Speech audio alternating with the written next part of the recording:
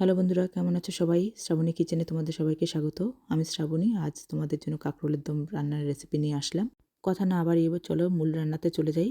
এটা বানানোর মূল উপকরণই হলো কাঁকরোল আর নারিকেলের দুধ। তোমাদের রেডি করা নারিকেলের দুধ থাকলে 250 গ্রাম মিল্ক থাকলেই হয়ে যাবে।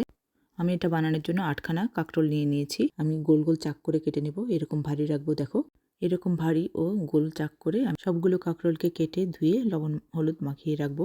মেখে 10-15 মিনিট রেখে দেবো। এই 10-15 মিনিটের মধ্যে আমি নারকেলের দুধটা রেডি করে নেব। আমার আজকে রেডি করা নারকেলের দুধ নেই, তাই তোমাদের কাছে থাকলে ভালো কথা। আমি 500 গ্রাম ফ্রেশ কোকোনাট নিয়ে নিয়েছি। এটাকে আমি ব্লেন্ডারে পিষে দুধ বানিয়ে নেব।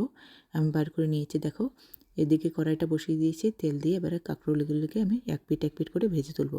বেশি ভাজবো না, একটু হালকা করেই ভেজে নেব। বেশি লালও করবো না, আবার একদম সাদা বা কাঁচা ভাবটাও থাকবে না। তো এর মাঝে মাঝে যে কালারটা আসবে সেইটাই রাখবো, তোমাদেরকে দেখিয়ে দেবো। এই দেখো আমি এক পিঠ করে এই যে উল্টিয়ে দিলাম এবং কাঁকরোলগুলিকে ভেজে তুলবো। এক এক করে সবগুলো কাঁকরোলকে ভেজে নেব। এই দেখো আমার এটা হয়ে গেছে। এখন আমি এই কাঁকরোলগুলোকে তুলে নেব। পরে কাঁকরোলগুলো আমি দিয়ে দিলাম কড়াইতে। এখন এগুলোকেও সেই একই রকমভাবে ভেজে তুলে নেব। এবার আমার সবগুলো কাঁকরোল ভাজা হয়ে গেছে। এবার যেটা করব সেটা হলো নারকেলের দুধটা যে বানিয়ে নিয়েছিলাম, এবার নারকেলের দুধটা আমি চুলায় বসিয়ে দেব। দুধটাকে ফুল আছে বসিয়ে একটু 5 মিনিট গরম হতে দেব। রেসিপিটা তোমাদের ভালো লাগলে একটা লাইক কমেন্ট করো। আর যারা এই রান্নাটা কখনো খাওনি তারা একবার অবশ্যই ট্রাই করবে এবং আমাকে কমেন্টে জানাবে। এখন দুধটার মধ্যে আমি 4/1 চা চামচ হলুদ দিয়ে দিলাম এবং লবণটাও 4/1 চা চামচই লবণ দিয়ে দিব। তো এটা দিয়ে এখন আমি এটাকে নেড়ে নেব। দুধটা গরম হওয়া অবধি অপেক্ষা করব।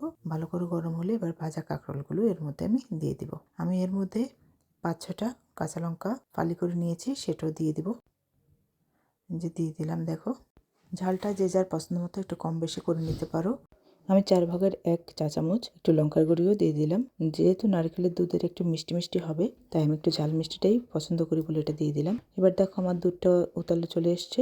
এখন টকবকে ওঠার পর আমি সবগুলো কাঁকরোল দিয়ে দিলাম এর মধ্যে, দিয়ে একটু সামান্য নেড়ে একটু সামান্য কতক্ষণের জন্য একটুখানি ঢাকনি দিয়ে দিব। বেশিক্ষণ রাখবো না, নাহলে এটা টকবকে উপরে উঠে পড়ে যাবে। তো যাই হোক, আমি 5 মিনিটের মতো রাখলাম। যেহেতু এটা আবার টকবকে উঠছে, এটা আবার উতরে পড়ে যাবে, তাই আমি এটাকে ঢাকনিটা তুলে নিলাম। নিয়ে এটাকে ফুল আছে আমি কতক্ষণ চুলার উপরে রাখবো। যারা যারা আমার চ্যানেলটিকে সাবস্ক্রাইব করেছো তাদেরকে আমার অসংখ্য ধন্যবাদ এবং প্রাণ ভরা ভালোবাসা। আর যারা করোনি তাদেরকে বলছি, তো তোমরা যদি সাবস্ক্রাইব করো তাহলে আমার কোনো নতুন ভিডিও আসলেই সেটা তোমাদের নোটিফিকেশন চলে যাবে এবং তোমরা খুব তাড়াতাড়ি দেখতে পাবে।